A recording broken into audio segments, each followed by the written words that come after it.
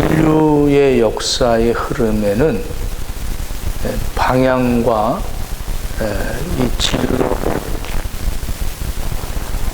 보이지 않는 그런 세계가 있습니다. 보이는 세계,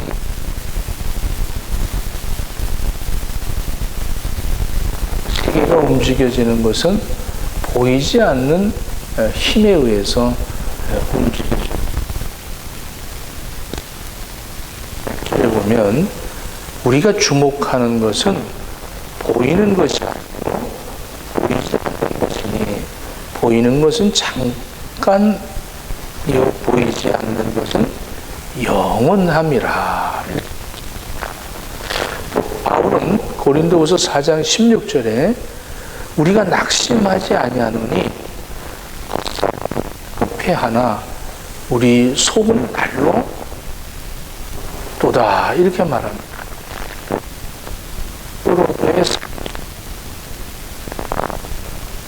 살아가는 방향과 나의 그 진로가 이 내 육체로 인해서 결정되어지는 것이 아니라 내 안에서 나의 인생이 결정되어져 가는 것을 우리는 나도 모르는 사이에 그렇게 깨달아지고 그것이 느껴질 때가 많이 있습니다. 참, 이 바울이 이 겉사람은 후패해지지만 속사람은 날로 새롭다. 이게 참 공감하지 않습니까? 우리가 저도 88 했어요. 88 했는데 이제 쇠하여져 가고 있습니다. 이제 70이 넘으니까 이 눈도 쇠하여지고 듣는 것도 쇠하여지고 모든 것들이 쇠하여져 가고 있다. 쇠하여져 가고 있는 이 육체가 내 인생을 이끌어 왔을까? 천만에 그렇지 않다는 거예요. 내 안에서 새로워지는 것이, 내 안에 속사람은 자꾸 날로 새로워지고 있다. 이 참 자연스럽다가 아니라 보이지 않는 것이 보이는 것을 움직이고 있다는 것을 그냥 개인적으로도 우리가 느낄 수 있고 공감할 수가 있습니다.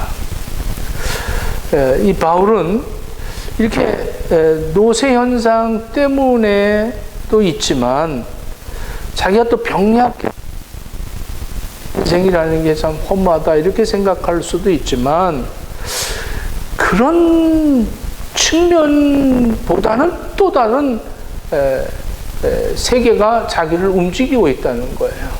그래서 핍박하고 예수를 전하는 일에 방해 요소도 굉장히 많고, 그래서 이제 에베소를 3차 전도여행 갔을 때 참 많은 핍박을 받게 됩니다.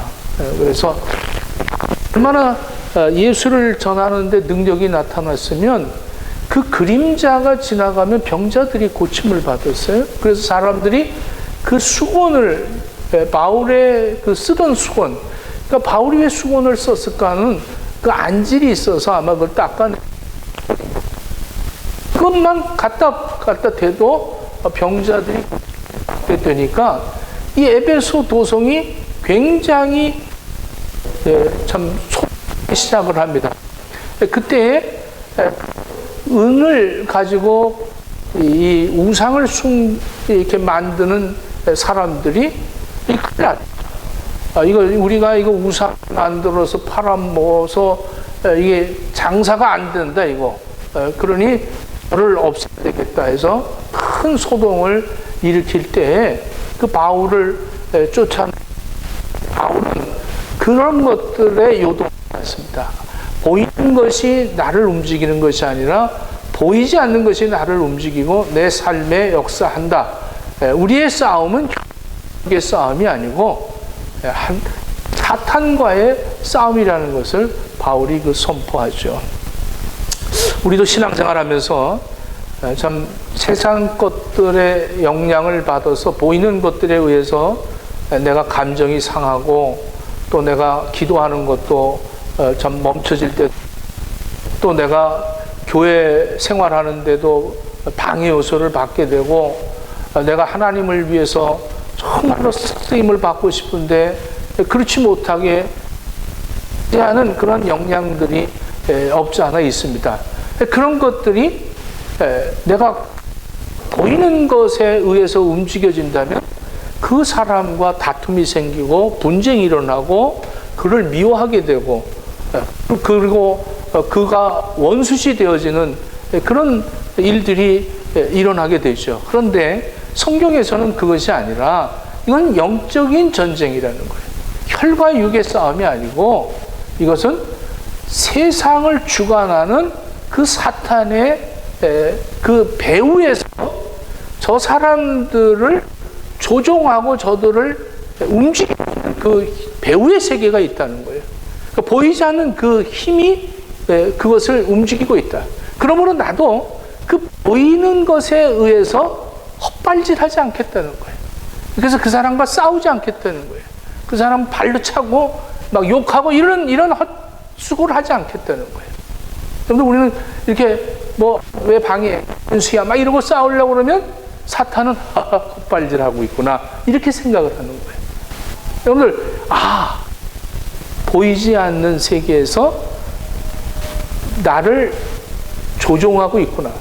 이것을 우리가 빨리 깨달아야 한다는 겁니다. 이렇게 우리를 낙심하게 하고 겉사람은 후패해지고, 그런데 이상하게 속사람은, 보이지 않는 나는 날로 새로워진다. 하나님의 은혜라는 겁니다. 할렐루야. 그래서 우리가 이제 에베소서를 공부하고 있는데 우리 2장에 와서 이 바울이 이 땅에서 환난은 잠깐 영원한 보이지 않는 그 영광이 우리에게 있다. 그 영원한 하나님의 나라, 그 영광을 바라보면서 그리스도인들은 이 땅에서 겪어야 하는 잠깐의 그 환난으로 낙심하지 말고 그 시간 속에서 그 시간을 거기에 포커스를 맞추지 말고 보이지 않는 영원한 세상을 사모하며 거기에다가 이 시선을 고정시켜라 이렇게 말씀하고 있습니다. 그래서 8절에 우리가 주목하는 것은 보이는 것이 아니고 보이지 않는 것이니 보이는 것은 잠깐이요 보이지 않는 것은 영원합니다 이렇게 말합니다. 우리가 잘 알고 있는 스티븐 호킹 박사는 정말로 세계적인 그 물리학자였죠. 그 몸은 정말로 몸을 가누지도 못하는 그러한 어려움 속에 있으면서도 아주 세계적인 물리학자로 큰 공을 세웁니다. 정신은 멀쩡한 거죠. 육체는 참 고통스럽지만 헬렌 켈러 같은 여사도 마찬가지죠. 볼 수 없고 들을 수 없고 말할 수 없지만 그런 육체를 갖고 있고 그 아픔의 고통은 있지만 정신적으로 그는 건강했어요. 이게 영의 세계가 있다는 거예요. 육신의 세계에 사로잡힌 자들이 그 고통을 고통으로 여기고 살고 있는 반면에 영에 속해 있는 사람들은 그 육체의 고통에 거기에 내 시선을 거기에 고정을 시키지 않고 영원한 세계를 바라보면서 살고 있다는 거예요. 오늘 성경에서 이것을 이 에베소에 있는 성도들에게 가르쳐주고 있는 영적인 죽음과 영적인 생명에 대해서 아주 자세하게 설명하고 있습니다. 볼 수 없는 것이 보이는 것을 움직입니다. 이렇게 제목을 붙였어요. 우리 한번 1절을 같이 한번 읽어보도록 하겠습니다. 그는 허물과 죄로 죽었던 너희를 살리셨느니라. 여기서 보면 죽었다는 거예요. 허물과 죄로 죽었다. 허물과 죄로 죽었던 너희를 살리셨도다. 이게 죽는다는 것은 일 아니겠습니까? 그러니까 예수를 믿기 전에 영적으로 우리는 사람인 겁니다.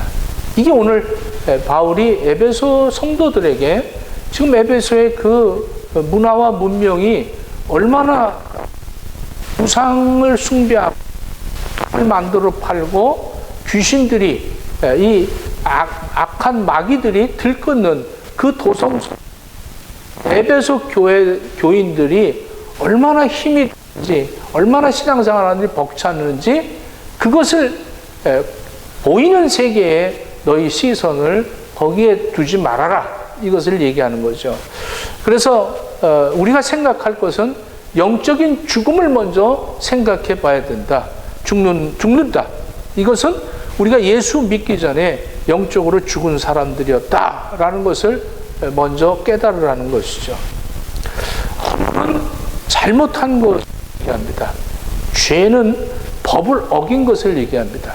그러면 허물은 잘못한 것이고 죄는 법을 어기는 건데 허물과 죄로 죽어 살리셨다 이렇게 얘기합니다.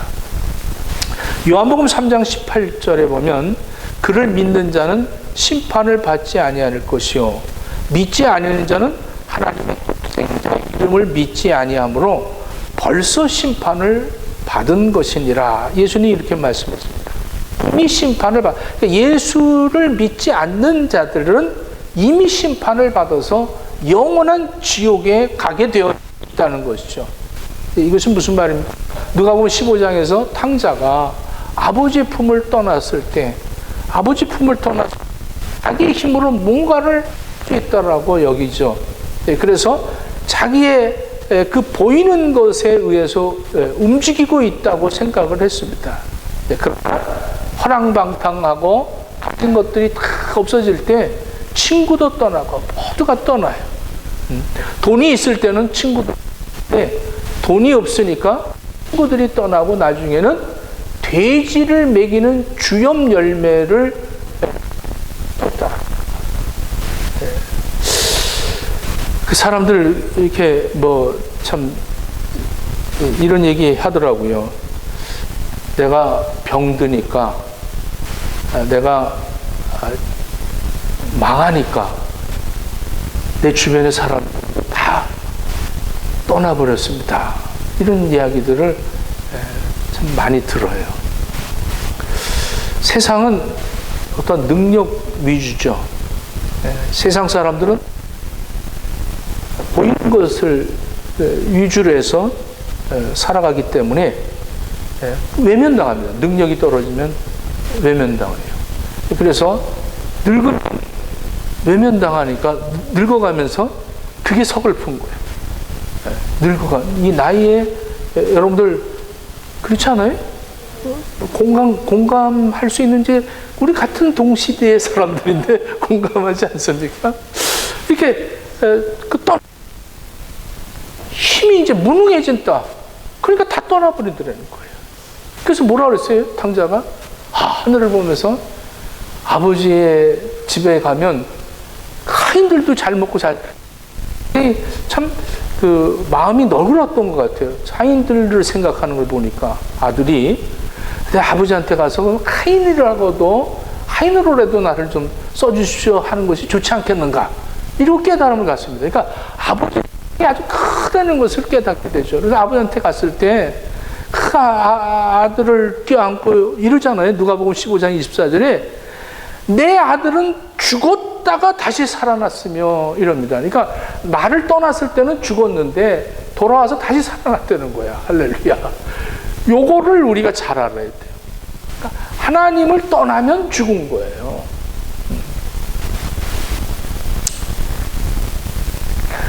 그다음 2절, 3절 같이 읽겠습니다.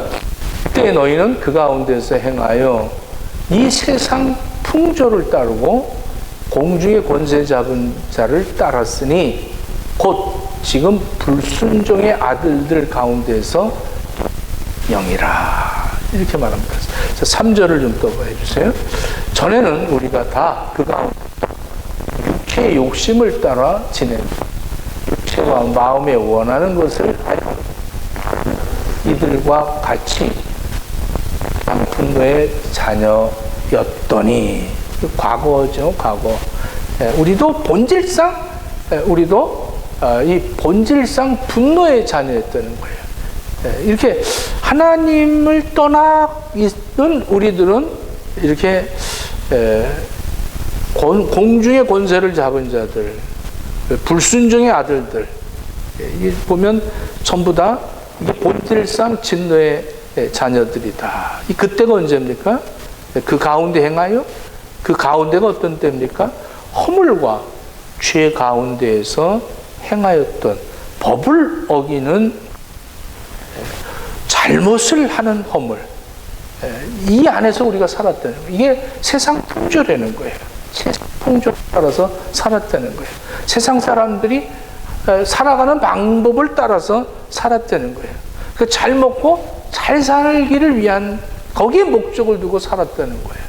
그러니까 영적으로 이미 죽었다는 거예요. 영적으로 죽은 사람들은 육적인 것을 위해서 존재하고 있다는 거예요. 그런 우리였다. 그런데 우리가 예수 그리스도를 믿고 구원을 받았다. 이게 놀라운 거 아니겠어요? 할렐루야. 공중에 권세를 잡은 자를 따랐다. 불순종의 아들들이다. 이건 영이라는 거예요. 이런 영을 따랐다는 겁니다. 공중 권세를 잡은 자가 사탄 아닙니까? 영. 철저하게 하나님께 불순종하게 하는 그런 자라는 거예요. 하는 자라는 겁니다. 우리는 육체의 욕심을 따라서 지내면서 육체의 마음이 원하는 것을 하고 살았다는 거예요. 이게 바로 원수 사탄 마귀가 에덴 동산에서 그 아담과 하와를 타락시킨 그 장면, 오늘도 어김없이 우리들에게 하나님과의 관계를 단절시키려고 하고 있다는 거예요. 갈라디아서 5장 19절에 이렇게 말합니다. 육체의 일은 분명하니 곧 음행과 더러운 것과 호색과 우상과 원수 맺는 것과 분쟁과 당을 짓는 것과 분열함과 이단과 투기와 술 취함과 방탕함과 또 그와 같은 것들이라 전에 너희에게 경계하노니 이런 일을 하는 자들은 하나님의 나라를 유업으로 받지 못할 것이요. 이렇게 말합니다. 우리가 그렇게 살고 있는 자들은 하나님의 나라에 들어갈 수 없다. 이거는 영적으로 우리는 죽어 있다. 악한 세력을 가진 영향력이 있다는 거예요. 이것을 설명하고 있는 겁니다. 예. 세상 풍조, 유혹, 육체의 욕심, 이런 것들로 우리가 살아가고 있었다. 어떠냐? 예. 이것은 진노의 자녀다. 예. 본질적으로 진노의 자녀가 뭐예요? 본질적으로 진노한다. 심판이라는 거예요. 영원한 그 음부에 들어간다는 거죠. 성경에서 우리에게 가르쳐 바로 영적으로 죽은 자, 영적으로 죽은 자의 삶은 이렇게 사는 것이다를 설명하면서 우리에게 또다시 생명을 얻은 사람들은 어떠느냐, 어떻게 영적으로 생명을 얻느냐. 자, 4절에 이렇게 4절 5절에 이렇게 말합니다. 긍휼이 풍성하신 하나님이 우리를 사랑하신 그 큰 사랑을 인하여 허물로 죽은 우리를 그리스도와 함께 살리셨고 너희는 은혜로 구원을 받은 것이라. 이렇게 말합니다. 은혜로 받은 것입니다. 할렐루야. 네. 받아서 영적인 생명을 얻었다는 것은 이 크게 우리가 세 가지로 알 수 있어요. 첫째가 그리스도와 함께 살리셨고, 자, 그리스도와 함께 살리셨다. 허물 죽은 우리가 예수 그리스도와 함께 살리셨다. 그러니까 예수님이 십자가에 죽으실 때 우리의 허물의 죄, 그 지은 모든 죄값을 다 치르시고 장사 지낸 다음에 사흘 만에 부활하실 때 우리도 같이 살아났다는 거예요. 네, 이게 믿어지는 게 어떠한 풍족을 믿을 수가 없다는 거예요. 이거는 바로 은혜라는 거예요. 은혜. 이게 믿어지는 게 하나님의 은혜라는 겁니다. 할렐루야. 이 믿어지세요? 그 하나님 뭐 아무리 믿잖아요. 믿어야 돼. 근데 믿습니까? 안 믿어요. 근데 안 믿을 거야. 안 믿을 거야. 근데 믿어지는 거예요. 저 같은 사람은 안 믿을 거야. 교회 안 이런데 믿어지는 걸 어떻게 해? 자꾸 믿어지는 대로 가는 거야. 자꾸. 네. 이제 그만해야지. 그만해야지. 못해 이러면서 자꾸 가는 거야. 이게 보는 데다가 내가 초점을 맞추면 못 하는데 보이지 않는 것이 나를 움직이고 있다는 거예요. 이게 은혜라는 거예요. 은혜. 할렐루야. 네. 그리스도와 함께 살리셨다. 살아났다. 네. 하나님의 자녀가 됐다는 거죠. 네. 예수님을 믿는 순간에 예수님과 함께 죽었고 예수님과 함께 살아났다. 이런 얘기입니다. 요한복음 1장 12절에 영접하는 자 곧 그 이름을 믿는 자들에게는 하나님의 자녀가 되는 권세를 주셨으니 이렇게 말씀하고 있어요. 우리를 살리셨다. 누가? 예수님과 함께 하나님이 우리를 살려주셨다. 이건 하나님의 능력으로 살아난다는 거예요. 내가 뭐 살고 싶어서 살아나고 내가 변화되고 싶어서 변화된 게 아니라 하나님의 능력으로. 그 다음에 두 번째로 또 함께 일으키사 이랬어요. 또 함께 일으키신다는 것은 뭐냐? 쓰러지는 것을 일으켰다는 거예요. 회복을 시킨다는 겁니다. 네, 회복을 시키는 거예요. 예수 그리스도 안에서 우리가 함께 하시는 거예요. 그래서 아까도 예수 이름 높이세 이 찬양하는데 막 이렇게 예수 이름만 들어 촉촉촉 이게 눈이 안경을 잘못 끼고 와서 이게 안 보이면 어떨까 이랬는데 또 이게 보여져.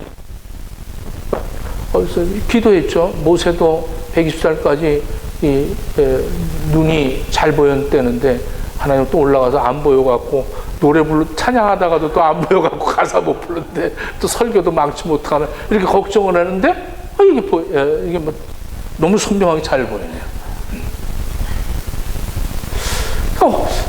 이거 정말 나도 좀 어디 좀 여행도 갔다 오고 크루즈 여행도 좀 시켜준다는데 하고 이러고 싶지. 미국도 갔다 오고 이러고 싶지. 뭐 후배들 태국에 한 주 갔다 옵시다. 가고 싶지. 근데 나를 아는 목사들 후배들은 우리 형님은 절대 못 갑니다. 새벽 기도 때문에 못 갑니다. 한국에 있을 때도 그 후배 목사들하고 대전이고 뭐 이런 데 가 있을 때 새벽에 저는 올라와서 새벽 예배 인도하고 다시 내려가요. 그러니까 미쳤다 그러죠. 나 미쳤다. 예수 때문에 미쳤다. 그거를 인정하니까 지금도 나한테는 그런 데 가자고 하는 사람이 없어요. 그러나 그런 데 가고 싶을 때가 있잖아요. 그런데 그렇게 쓰러지려고 할 때에 예수 이름이 나를 다시 세워주신다는 거야. 할렐루야. 보이지 않는 게 나를 보이는 것들은 쓰러뜨릴 거는데 보이는 것이 나를 일으키신다는 거예요. 일으키신다. 그뿐만 아니라 세 번째로 그리스도 예수 안에 함께 하늘에 앉히시니 이건 천국에 산다는 거예요. 네? 하늘에 함께 앉히셨다. 참, 이 그리스도 안에서 앉혔다. 하늘나라의 백성이 였다는 거죠. 이전 거는 다 지나가고 새 것이 된 사람들, 이 사람들의 삶이 바로 이렇게 바뀌게 된다. 그러니 에베소 교회 성도들이요, 너희들이 보이는 것에 의해서 또 너희 핍박하고 예수 믿는다고 업신여기고 너희들을 갖다가 고통을 주고 너희들이 신앙생활 하는데 얼마나 많은 방해 요소들이 있느냐. 그러나 그것들에 의해서 이 세계가 움직이는 게 아니라 보이지 않는 하나님의 성령으로 너희들을 지금 방해하고 모든 것들을 설정하기 위해서 이런 보이는 것들이 너희들을 조종하고 있다.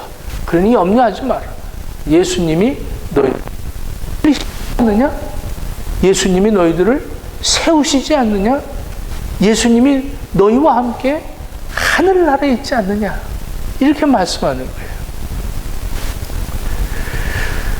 이것은 행위에서 난 것이 아니니 누구든지 자랑할 데가 없다는 거예요. 그래서 7절 한번, 이는 그리스도 예수 안에서 우리에게 자비하심으로써 그 은혜의 지극히 풍성함을 오는 여러 세대에 나타내려 하심이라. 너희는 그 은혜에 의하여 믿음으로 구원을 받았으니 이것은 너희에게서 난 것이 아니요 하나님의 선물이다. 이렇게 말합니다. 참 힘이 되지 않아요? 선물로 이렇게 예수 이름만 들어도 이렇게 생명하자 사람을 이게 내가 세상에 또 이렇게 흔들렸을까? 정신 차려지고 또 좌절하고 낙심할 때 그 예수 이름으로 또 세워주시고, 내가 천국 백성이지, 난 지금도 하늘나라의 삶을 살고 있어. 이러면서 이 모든 것들이 왜 그렇게 하나님이 이런 선물을 나에게 주셨을까? 그런데 9절, 10절에 이것을 답을 해주고 있어요. 9절, 10절을 같이 읽겠습니다. 행위에서 난 것이 아니니 이는 누구든지 자랑하지 못하게 하려 함이라. 우리는 그가 만드신 바요, 그리스도 예수 안에서 뭘 위하여? 한 일을 위하여 힘을 받은 것이니 이 일은 하나님이 전에 예비하신 우리로 그 가운데서 행하게 하려 하심이라. 이렇게 말씀하고 있습니다. 우리를 만드신 것이 그리스도 예수 안에서 선한 일을 위하여 지으심을 받은 자들이라. 이렇게 말합니다. 그러면 하나님의 선하심이 뭐냐? 그러면 선한 것은 하나님밖에 없어요. 예수님한테 선한 선생님이야 했을 때 예수님이 뭐라 그래요? 나보고 선하다고 그러더니 선한 분은 오직 하나님 뿐이다. 이렇게 아주 야단을 치고 호통을 치시죠. 선은 하나님밖에 없어요. 그러니까 우리들은 잘못 알고 있어요. 자꾸 누구를 정죄하면 내가 선한 줄 알아요. 내가 뭐 조금 이렇게 구별되면 선은 하나님밖에. 예수님도 선하다고 얘기를 안 하시는데 우리는 자기가 선한 줄 알아요. 그게 아니라는 거예요. 그래서 선한 일을 위한다는 것은 하나님 일을 위하여서 지음을 받았다는 겁니다. 할렐루야. 이걸 알아야 돼요. 그 찬송가 나 같은 죄인 살리신 이 작사한 사람이 존 뉴턴이라는 사람입니다.